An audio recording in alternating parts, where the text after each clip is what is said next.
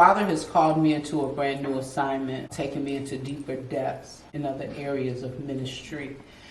I, at this time, want to transfer the authority of ACM Ministries unto Donna Herms. Do you accept? I accepted the assignment. With the responsibility, will you continue to feed the sheep according to the Holy Spirit? Yes, I will. Okay. Will you continue to be a good manager or a steward over what the Father has placed in our hand? Yes, I will. So you agree that you will take the torch and continue the race to the end? Yes. Okay. With that, as I lay my hands upon you, I transfer active authority from me to you for ACM Ministries. Hallelujah.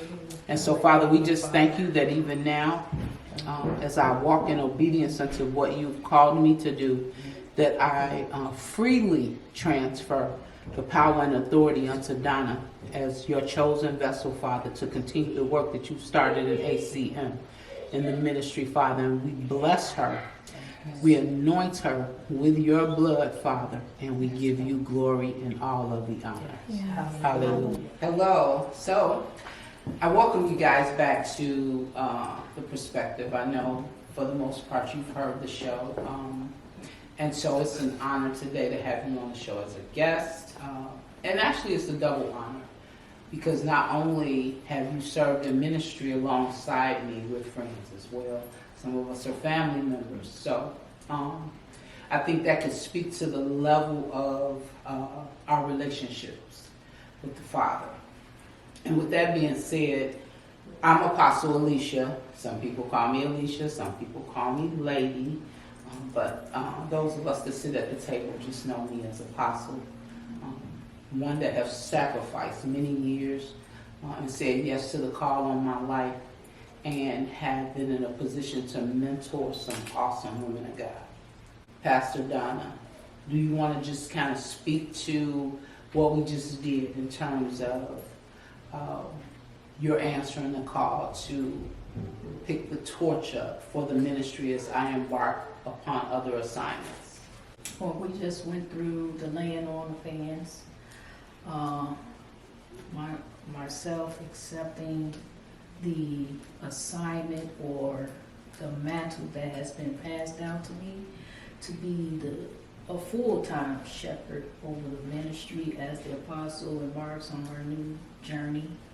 This is also a new journey for me as being full-time. Although I've been pastoring, bringing forth the word, this is a new level for me because she normally takes the lead and I just follow her.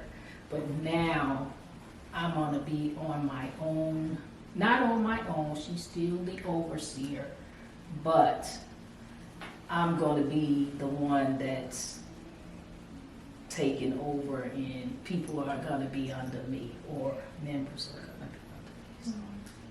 So I've been in ministry now for probably 15 to 20 years. I'm not sure. I'm not good with dates, but I just go back to when I was a child. And I actually grew up on the very block we're sitting on now when I felt like I come to know that it was something special about me or different about me. I was actually almost killed on this very block by a car, hit and run. Well, actually, he didn't run, but he had hit me and didn't know I was lodged like under his tire. And so the community at the time, people on the block were screaming to the guy, just as I was told, this is what happened. And was, telling him to stop, that he was within inches of literally running over my neck. So from that, I heard stories about how I was the special kid. And then as I began to kind of understand what people were saying, I learned how to take advantage of it. Because I felt like, I didn't know what they was talking about, but I was in a position to kind of get what I wanted. As long as I made people think I was special. But with that being said, I do know I was different. I stood out amongst my friends and my peers all the time. But not having the proper understanding, I resented it. Because it always looked like I was the bad guy. So I would always say, you know, God, I want you to save me, just not now. When I get done having fun, then when I come in, I'm going to come in wholeheartedly. That's what I would say all the time. Long story short, because it would take a week for me to really tell you my testimony, but long story short, when God came knocking, I said yes to the call. Okay? I said yes, and I said yes with my whole heart. And I came in fully and never turned back, never went back. I became one with him. So with that being said, he called me to full-time ministry. I had family members that knew me prior, was skeptical about sitting under me. Some of them sit at the table today. But as I stayed true to the Father, they came to understand that my walk was authentic. Very authentic. How easy is it to accept someone as a spiritual mentor when you've known them for a while in a personal space? That's a good one. I'll start with that one. Okay, so you know me and the apostle were sisters. And as we were growing up, she was my bully. And so we used to fight a lot. And through my circumstances, because I was incarcerated, when I came home, my mother had told me about her getting saved, and the first time I saw her preach was at my mother's funeral. But still, from my upbringing, I wasn't convinced that she would lead me, because I never wanted to be under that kind of control from her. So the familiarity between us, you know, without me surrendering really unto her leadership and her mentorship, would have never had happened had we not to have a fight still at the ages of 40. We still fighting at 40. I'm talking physically. In order for us to get past that, we had to sit down with another head pastor for us to get where we at today. So I had to surrender my familiarity to sit up under her leadership. So that was very hard for me, but once I got the understanding, it wasn't about me, because I really wanted to change my life, and I knew she had the answers, as I would say, or the teachings that would help me get to where I'm at today. So I have a question right quick. I can see that this is very emotional for you. What are you feeling right now? Well, the emotion came in when I talked about my mother.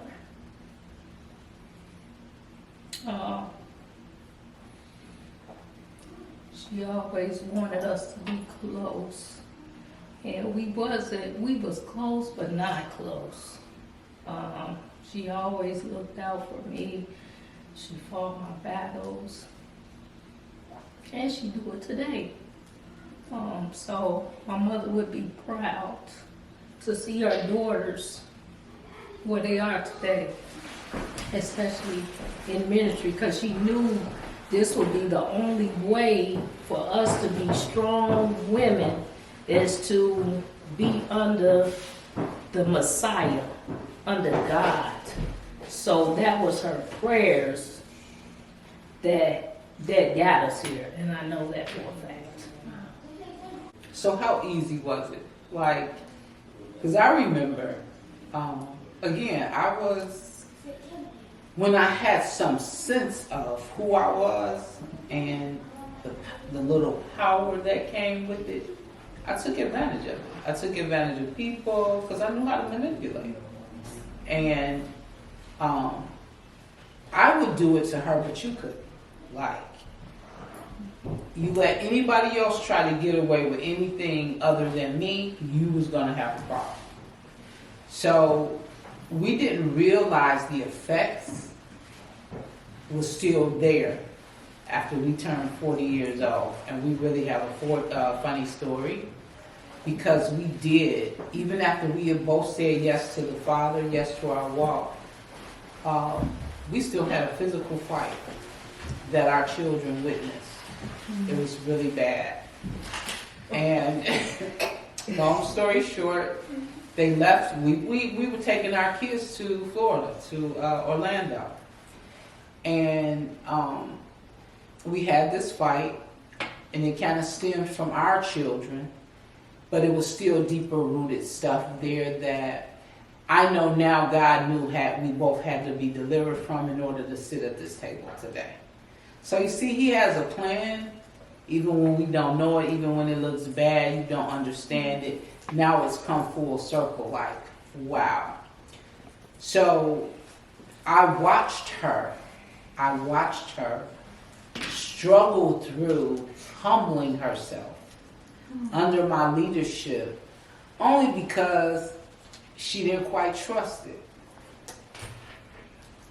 And I also watched her learn how to get in the presence of God for her understanding and her obedience and her level of submission that was needed for me now to be transferring the power to her, or the authority for our ministry to her. Because she's a vessel of God, not mine. And so it was her work, it was her faithfulness,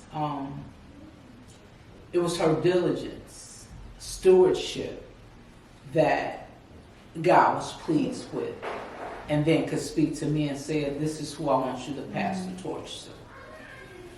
For me, I've been knowing Apostle we grew up right down the street from each other for a long time. She was my brother's girlfriend, but she's his wife now. So for me, it wasn't hard. When she first started ministry, I didn't go right in. And then I started visiting, then just to see, Then once, it wasn't hard for me because I could separate lady from apostle. And who was Lady, might I add? That was her nickname. So, you have to know how I could see the gift on her life. So it wasn't hard for me to be up under her leadership. But it's different when they grew up in the house together, just like if it was me and my brother. I'd be like, I would take a chance, that too. But it was different because I could always separate the gift that was on her life because I could see it. I can just say that it wasn't extremely hard for me in that aspect, but it was because I didn't know Apostle, Pastor Donna, and Prophet Sarita beforehand in any kind of way other than when we met in a ministry that we were attending. I didn't know them in any familiar way, so it was very, very extremely difficult for me to hear the voice of God and know that He was calling me out to be with them and to leave everything that I knew to connect with people I didn't know. So really quick, give us a little history, Okay. A little introduction. Yes. My name is Minister Louise. Okay. I was in a really crazy church, a cultic environment, and was just starting to wake up and understand like something is really wrong, and I had fallen into some horrible sin with the pastor of that ministry, and they had showed up on a prayer assignment in that ministry and started attending, a group of them always showing up, and we just started to connect, and I had no idea God was hearing my cry of deliverance, and He was about to bring me out, and not only bring me out, but totally bring me out and bring me into the truth, which I thought for a long time I was walking in the truth. So Very good. And I just want to say that the very ministry that she's talking about is the very ministry or the pastor and his wife got us through what we went through in order to serve together. And that's kind of ironic. yes, it is. Strike the connection. Yes. Sarita, did you introduce yourself or can you introduce yourself? Well, my name is, I'm Prophet Sarita. I've been in the ministry since 2008-ish. I had been in church for a long time, but it was different when I came to this ministry. Because you could go to church for years and years, and you just going to church and not really getting anything out of it. So when I came here, I learned a lot about deliverance and who I am and who I belong to.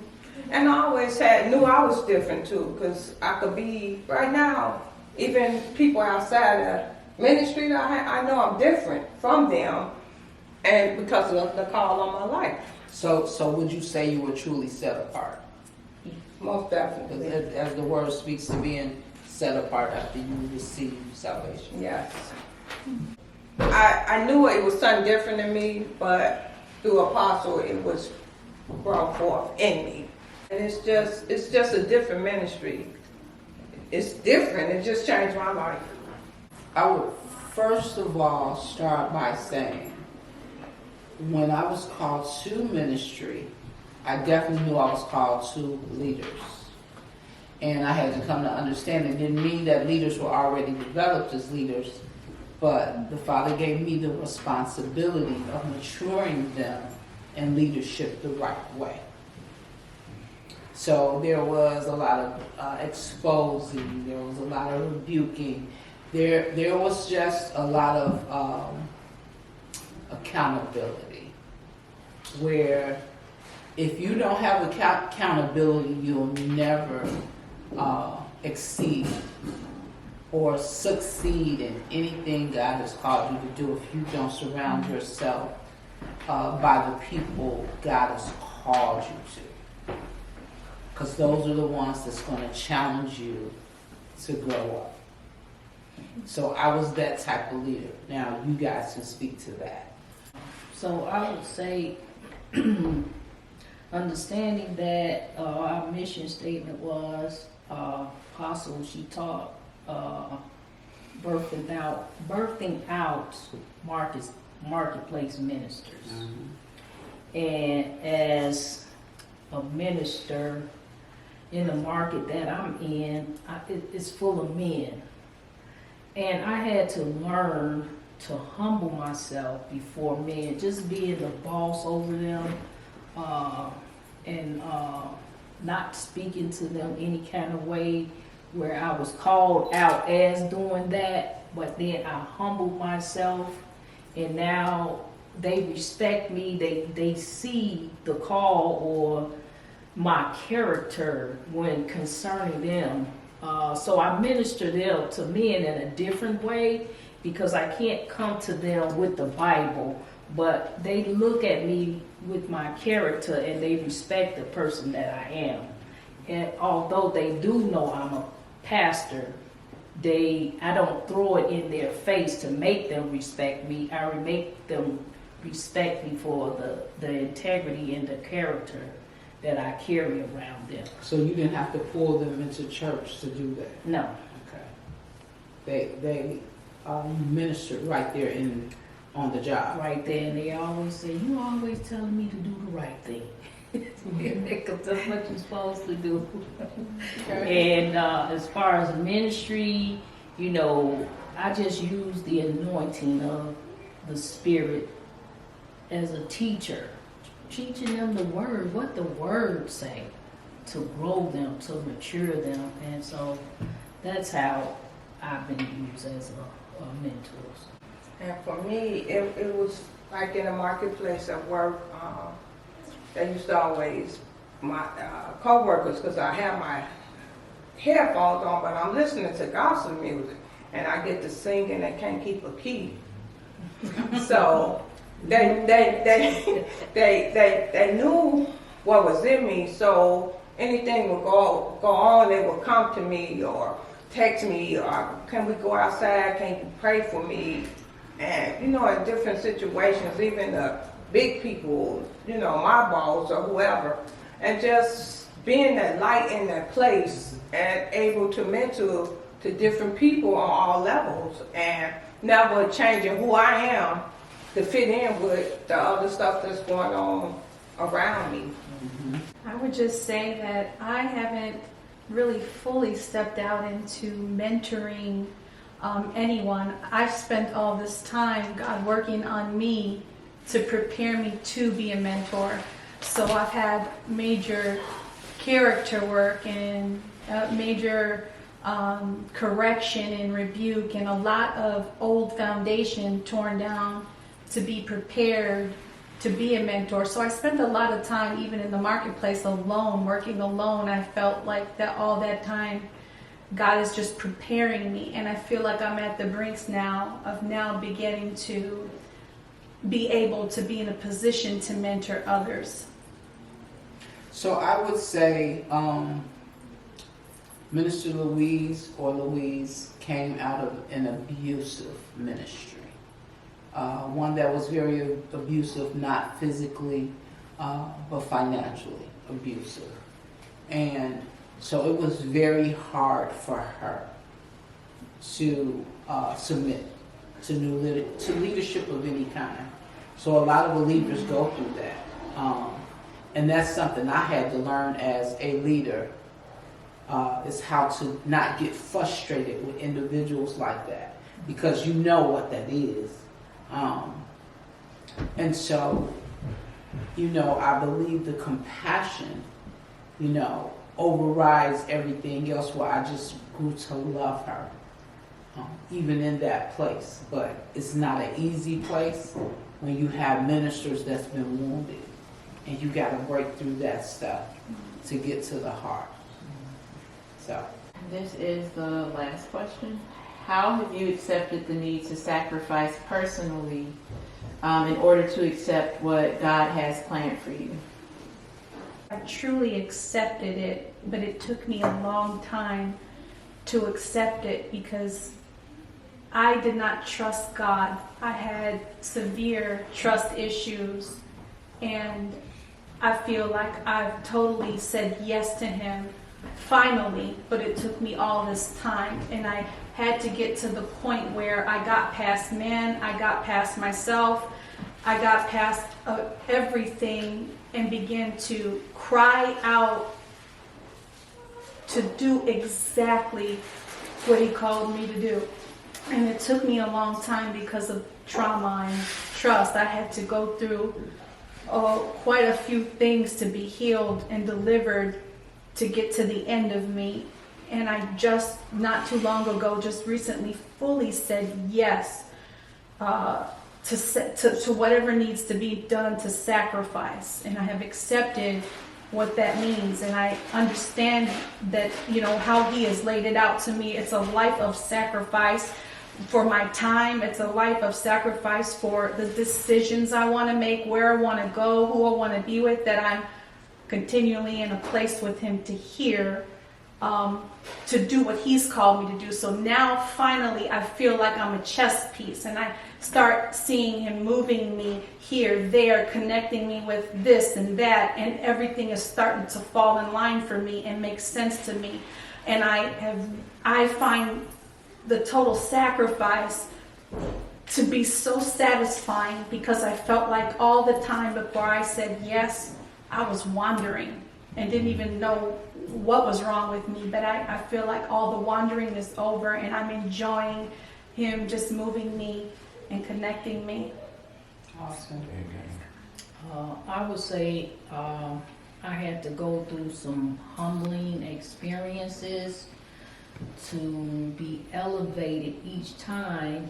And Apostle, each time you elevate it, you have to give more of yourself. You have to die to self. So it's deliverance and being elevated. So when you're getting delivered and you're getting elevated, you going in the direction that the Father has you going. So He's ordering your steps, but in that, when you humble yourself to man or to your leader that's before you, then her having the knowledge of what it takes to get to the position, because he he's not just going to give it to you. He's going to give it to your leader to give it to you. So if you think you could do it by yourself, you're going to be in it by yourself.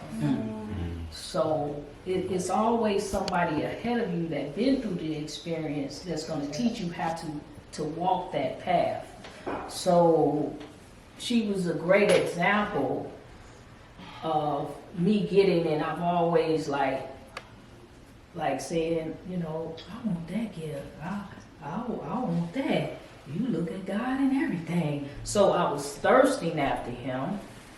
And with the thirst, it comes deliverance. I would say that. So, you know, she always said, you gotta die. You gotta die.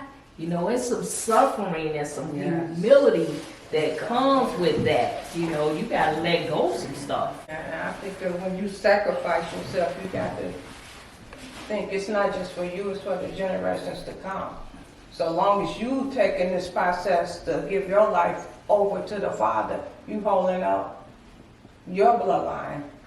So I have saw Apostle go through so much and the suffering, and she never wavered. She went through. So with me, you suffer, you're gonna suffer, but you just have to know how to go through it. Don't let it weigh you down, because there's no way around it. You're gonna suffer, and you just have to keep going. So I know if I don't do it, who gonna do it? I was the one that was chosen to do it, so I don't have a choice. The biggest challenge for me was learning how or undo the thinking that I could do it for you. And so when I finally started allowing the Father to minister to me how to truly build up or raise up leaders, you let them make mistakes, you let them go through, and you pray or you release, you correct as you're led. But it's not a charge where you're constantly monitoring everything they're doing. Because in an immature place, you feel like it's your responsibility to, you know, keep them in line. So they won't, and in my case, just so they wouldn't get in trouble. It was never about control or anything like that for me. But that's my responsibility. And I had to learn, I'll give you your portion, but the power comes from me. The decision comes from them. So that was one of like the hardest lessons that I had to learn. I'm there now, and the most rewarding is the faithfulness. You know, the faithfulness of those that I know God has called me to, and me to them. It has been such a blessing to be honored by the faithfulness of men and women that truly love God, just don't completely understand the process, because the understanding comes through the Word. And we'll allow life's distractions to keep us from getting in that Word. So I don't care how much you come in here, a pastor or a preacher, you know, and they giving you that courage and they cheering you on, and you walk out the door and you lose it all because you won't go and get that Word. You know, that's just to get you ignited. That's to get your spirit fired up. But the work you got to do. And that's where most of us drop the ball. Because reading the Word can be distracting. You know, it's like, I don't understand this stuff. But that's why he says, study to show thyself. Whether you understand it or not, just keep doing it anyway. And eventually he's going to open it up to you, but he has to know that that's what you really want. So he know a lot of times we give him lip service, you know, when we need something. You know how we do. But that's where the intimacy have to come in at.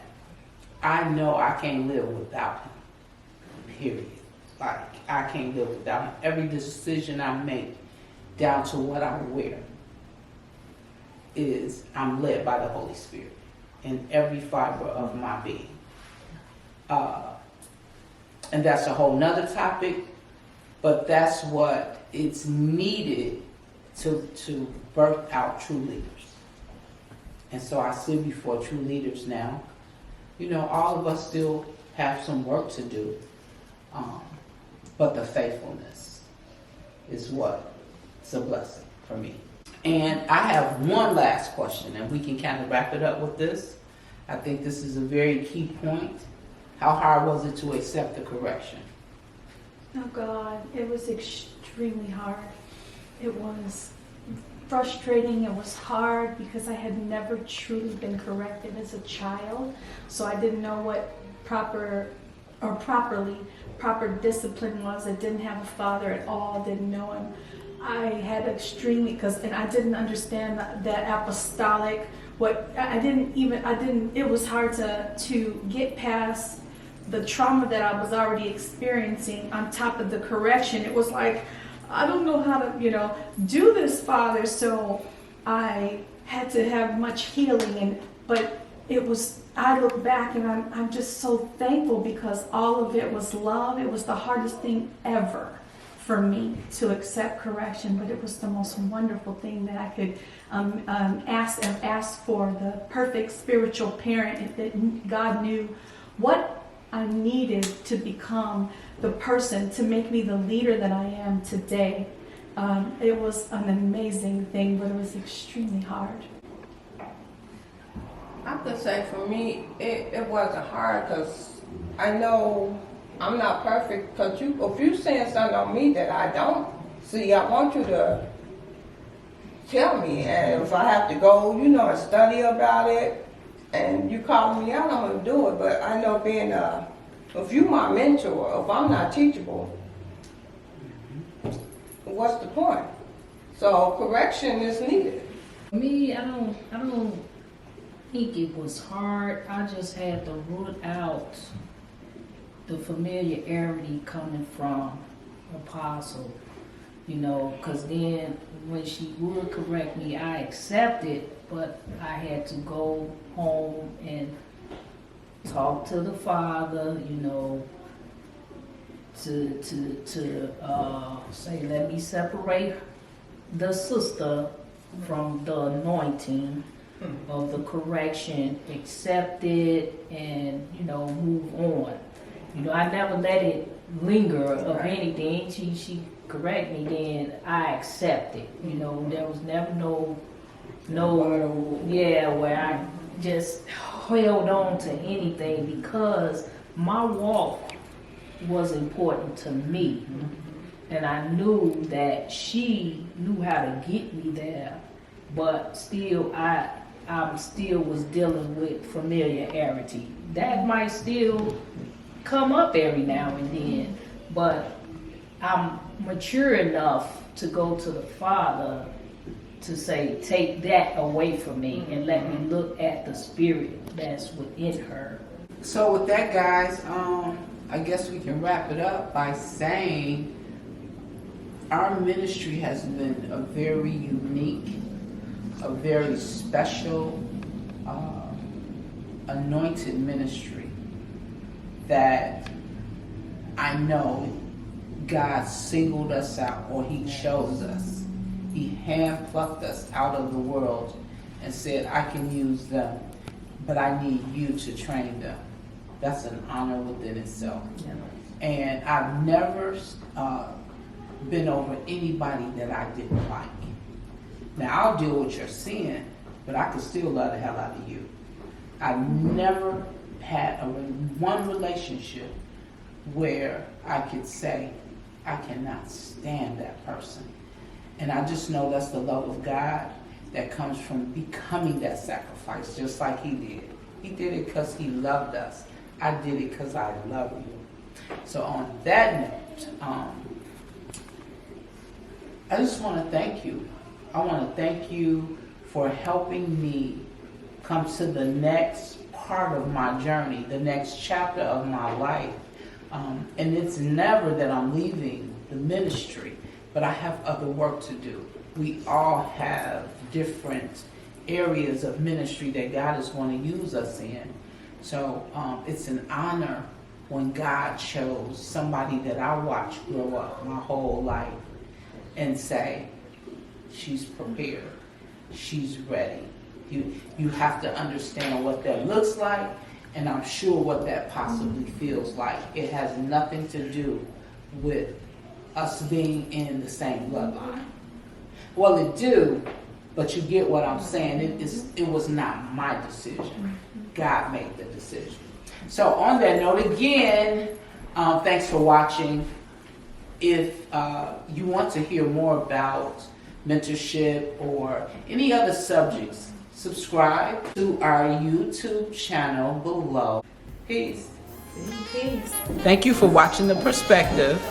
Like this video, comment down below, and subscribe to the YouTube channel. Bye.